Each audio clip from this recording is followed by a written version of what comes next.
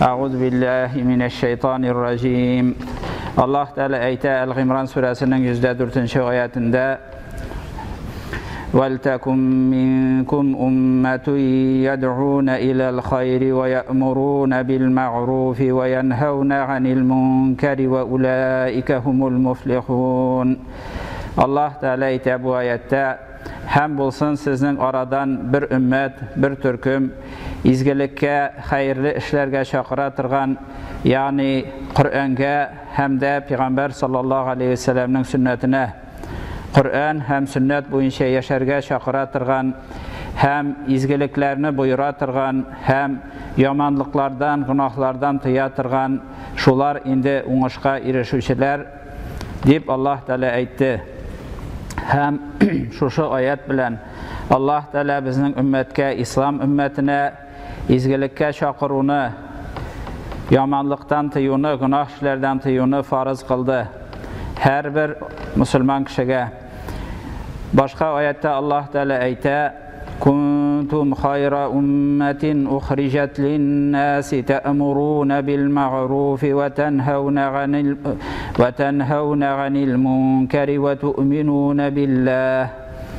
Siz ey Müslümanlar, müminler, en yaxşı, en hayırlı ümmet buldunuz, bendelerge, kişilerge çıkarılgan, yani yeryüzüne ciberilgen ümmetlerden bana kadar en hayırlı ümmet halık buldunuz, izgilikke buyuru bilen, hem de yamanlıktan, günah işlerden tıyı bilen, hem Allah'a iman kitiru bilen.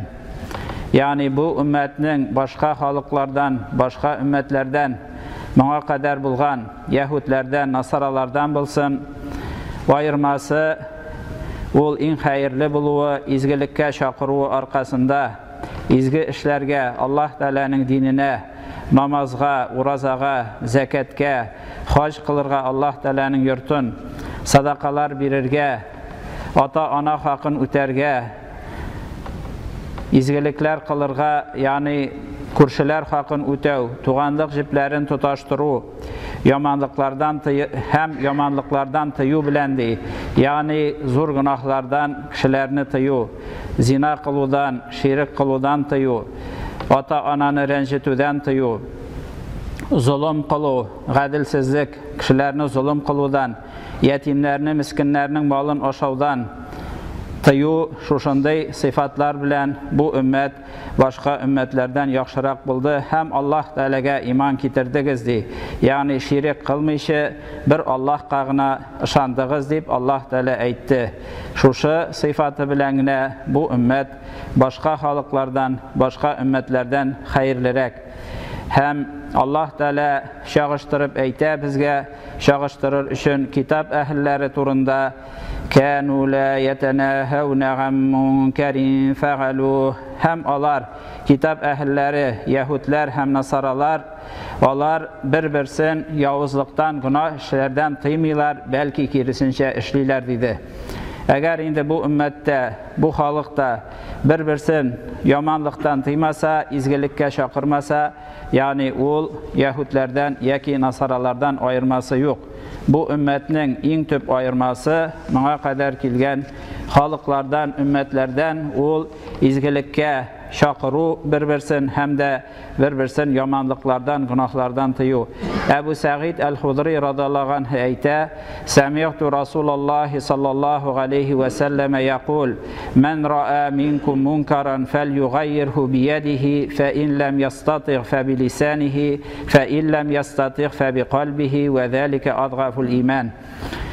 Peygamberimiz sallallahu aleyhi ve sellem'nin aytganini işittim de, sizden kim kursa bir yavuzluqni yoki günah ishni onu qo'li bilan to'xtatsin, o'zgartsin degan, ya'ni qo'li bilan joylasin, to'xtatsin yoki o'zgartsin yaxshi yoqqa. Agar buldira olmasa, onu tili bilan o'zgartsin degan, ya'ni tili bilan to'xtatsin yoki yaxshi yoqqa o'zgartsin. Agar olayda buldira olmasa, ko'ngili bilan ona qarshi bo'lsin. Ham bu ko'ngili bilan qarshi bo'lu, ya'ni amal ishlamishi, so'z aytmishi, shul yomonlikqa, buzuqlikqa rizo bo'lmau, bu endi imonning zaifligini ko'rsata, lekin ul baribir imanның билгесе булып тора. Һәм инде Пәйгамбәрбез саллаллаһу алейхи ва саллям шулай итеп васият итте, яманлык гынах эш күргәндә аны туктату. Туктату инде ул ягъни кул белән туктату дигән сүз, аны төзәтү.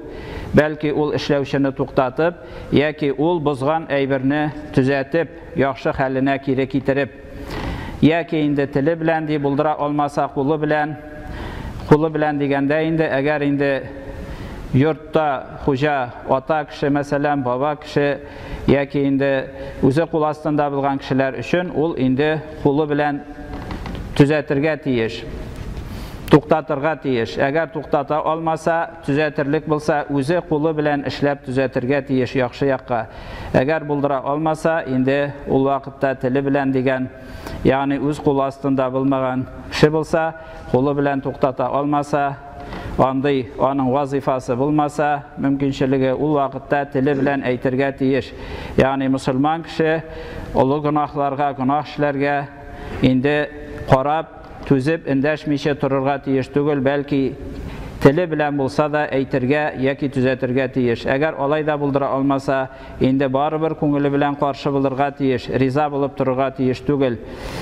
Һәм инде Пәйгамбәрбез саллаллаһу алейхи ва саллямга да Аллаһ Тәала әгәр мөшрикләр инде яман сүзләр сөйләсәләр, инде бу теге җихад аятларына хәтле сугыш әле рөхсәт ителмәгән вакытта алар яныннан кит дигән. Ягъни шушы риза булмауның билгесе, яманлык эшләгән яки яманлык сөйләнгән, гынах эшләнгән җирдә күңеле риза булмаган кешенең билгесе ул алар яныннан китү.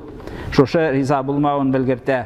Икенче хәдистә Әбу Зар радиллаһу анһудан китерелә, Пәйгамбәрбез саллаллаһу алейхи ва саллям әйткән: "Ва амрун бил маъруфи садақатун ва нахюн ган мункарин садақатун." Кешеләрне яхшылыкка чакыру һәм дә яманлыктан тыю, гынахлардан тыю ул садака дигән. Яхшылыкка өндәү, боеру садака һәм садакадан китә, изге эш санала. Һәм шулай ук кешеләрне яманлыктан тыю, кулы белән булсын, теле белән булсын, ул шулай ук садакадан китә. Ягъни изге гамәл булып языла. Һәм Пәйгамбәрбез саллаллаһу алейхи ва саллям мисал китерә, ягъни шушы аятлардан чыгып инде шушы мәгънәдә мисал китерә безгә. Мәсәлул кайми фи худудиллаһи вал вақиғи фиһа дигән, ягъни Аллаһ Тәаләнең шикләрен саклаучы, ягъни яманлыктан тыючы, изгелеккә чакыручы һәм Аллаһ Тәаләнең шикләрен үтүче, ягъни гынахлар эшләүченең мисалы ул бер көймәдә барган кешеләр кебек ди. Ул көймәнең ике каты бар, астагылары өске кат аркылы су алалар үзләренә ди. Көймәдән барганда, ягъни елгада. Һәм алар әйткәннәр ди, ни өчен без инде өстәгеләрне мәшәкатьләп йөрибез, бәлки көймәнең астында шушы астагы хатыннан тишек кенә тишсәк, шул тишектән су алып эчәр идек дип әйттеләр ди. Пәйгамбәр саллаллаһу алейхи ва саллям әйтә, әгәр шуңа риза булып ди, өстәгеләре дә карап торсалар ди, алар барсы да һәлак булырлар ди. Әгәр инде шуны тыйсалар ди, астагылары да, өстәгеләре дә имин булырлар ди. Ягъни әгәр карап шуны торсалар, астагылары да, өстәгеләре дә батып үлерләр иде, һәлак булырлар иде ди. Шуңа күрә дә мусульман кеше риза булып карап торырга тиеш түгел, чөнки гынах эшләүче генә түгел, аны карап күреп торучы, изгелеккә буйырмаучы, яманлыктан тыймаучы, алар белән бергә һәлак булачак, чөнки Аллаһ Тәала бер кавымгә җәзасын җибәрсә, ул андагы яман кешеләргә генә түгел, бөтен кавымгә җибәрә, араларында изге кешеләр булса да. Шуңа күрә дә яманлыктан тыю һәм изгелеккә чакыру ул һәрбер мусульманның вазифасы, бурычы булып тора. Хузайфа радиллаһу анһу китерә, Пәйгамбәрбез саллаллаһу алейхи ва саллям әйтте ди: "Валлази нафси биядихи ла таъмурунна бил маъруфи ва ла танхаунна ганил мункар, ау ла юшиканна Аллаһу ан ябгаса алейкум газабан минху, сумма тадгунаху фала ястаҗибу лакум." Пәйгамбәрбез саллаллаһу алейхи ва саллям әйтте ди, жаным кулында булган, ягъни Аллаһ белән ант итәм, буйырыгыз изгелеккә һәм тыйыгыз яманлыктан. Әгәр шулай эшләмәсәгез, Аллаһ Тәала үзенең яныннан, ягъни үзеннән сезнең өскә газап җибәрер ди. Ягъни Аллаһ Тәала үзе билгеләп җибәрер, ягъни гомум халыкка musulmanlarga soңundan siz dua kılırsınız ona lakin sizin dualarınız kabul bulmaz dey. Yani musulmanlar üstüne umumi revişte ümmet üstüne kilgen bela kazalar yamanlıktan tıymav hem de izgilikке şakırmav arkasında şuşu Peygamberimiz sallallahu aleyhi ve sellem eyte. Hem ol ant etip eytken yani Allah Teala bilen ant etemdi. Eğer izgilikке şakırmasağız, yaman işlerden tıymasağız birbirinizni Allah Teala sizge gazap jiberir hem dualarınız kabul bulmaz degen. Hem biz indi bunu hazırki vakitte görüyoruz. Yani ümmet üstüne umumen Allah Teala tarafından jiberilgen gazaplarını, bela kazalarını. Huzeyfe radıyallahu anh eyte, Semi'tu Resulullah sallallahu aleyhi ve sellem yakul, تغرض الفتن على القلوب كالحصير غودا غودا فأي قلب أشربها نكتت فيه نكتة سوداء وأي قلب أنكرها نكتت فيه نكتة بيضاء حتى تصير على قلبين على أبيض مثل الصفاء فلا تضره فتنة ما دامت السماوات والأرض والآخر أسود مربدا كالكوز مجخيا لا يعرف معروفا ولا ينكر منكرا إلا ما أشرب من هواه. Peygamberimiz sallallahu aleyhi ve sellem'den işittim diye Huzeyfe radıyallahu anh eyte. Yüreklerge fitneler yani sınavlar qamıştan yasalgan jeyme kibik şıbık jiberilirdi birem. Hem qaysı yürek şunu üzerine sindirse, şu fitneni, sınavını yani utalmasa, günahka batsa, onun yüreğine qora nokta bilgisi koyulurdu. Qaysı yürek ul fitnege kirmese, yani ul günahtan saklansa, ul sınavdan çıksa, onun yüreğine vak nokta koyulurdu. Hatta ul yürekler iki türlü yürekke eğlenir. Onun birisi oppak, şipşista bulur, hem ona sonundan bir nindi fitneler de, sınavlar da zarar getirmez, jirler hem kökler turganşıdır. Yani kıyametke hatli. Ul yürek, ak, saf, üte görünmelige eğlenir, hem ul bir nindi günah ona ziyan getirmez, yani ul fitnelerden saklanır, hem günahlarga kirmezdi. İkinci yürek, şol noktalar jiyila, qapqara, yani şülmekkedi, yani uşaqda qurumlanıp, qaralıp bitken avğan şülmekke uşap qalırdı, qapqara tüste, hem ul indi yaxşılıqni yamanlıqdan ayırmazdı. İzgilikni izgilik deyip bile olmaz, hem de yamanlıqni yaman demez, hem ul yamanlıqdan, günahtan saklanabilmez, saklanmazdı. Məgərdi özünün havasığına, özünə yaxşı sanağan, yaxşı sanab, yəki yaman sanağan, yaman sanab saklansadı. Şuna görə də Müslümanlarının da yürekleri şulay itip iki türlüge bölünür. Fitnege batkanları, günahka batkanları qoralır. İndi şuşu fitnelerden, günahlardan saklananları onlar ağarır, hem şistarır. Hem Peygamberimiz sallallahu aleyhi ve sellem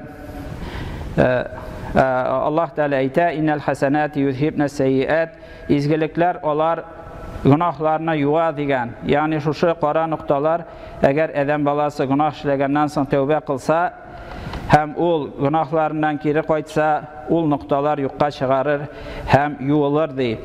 En zor izgiliklerden indi izgiliklerge buyuru degen Peygamberimiz sallallahu aleyhi ve sellem hem Allah Teala. En zor izgilik ul Allah Teala'ga imanga şakuru, Kur'an'ga şakuru, sünnetke şakuru, namazlar uqırga şakuru, farzlarga yani Ramazan ayında uraza tutu, hac kılu mümkünçiligi bulgan kişilerge, boylar zekat verirge tiye şuna şakuru, zekatlerin çıkarırga şakuru, hem başka izgilikler ata anaga izgilik kılu, tuğanlık jiplerin tutaştırı, zinadan saklanı, hem yani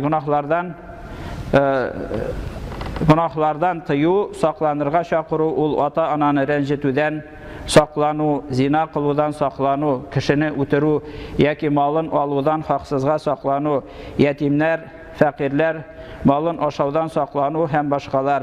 Şuşu işlərə biz bir-birimizni çağırırğa deyiş, izgiliklərə həm günah işlərdən saxlarğa deyiş. Şul vaxtdağına Allah Teala özünün sınavların cibermez, yani bu ümmətini saxlar, olu belə qazalardan ümmət üstünə kilədirğən. Allah Teala barşalarımızı da doğru yoldan varımızı nasip qılsın. İzgilikə buyuruşlardan, yamanlıqdan, tıyuşlardan bulularımızı nasip qılsın. Həm indi bu dünyada da, ahirette de uğuşqa erişirgə nasip qılsın. İbadallahi usikum ve nefsi bi taqvallah. İnnallâhe ma'allezîne ettaqav vellezînehum muhsinun. Barakallahu li ve lekum fil Kur'anil azim ve nefa'na ve iyyakum bil ayati ve zikril hakim. İnnehu huves semî'ul alim, el gafurur rahim, el mucibud dua.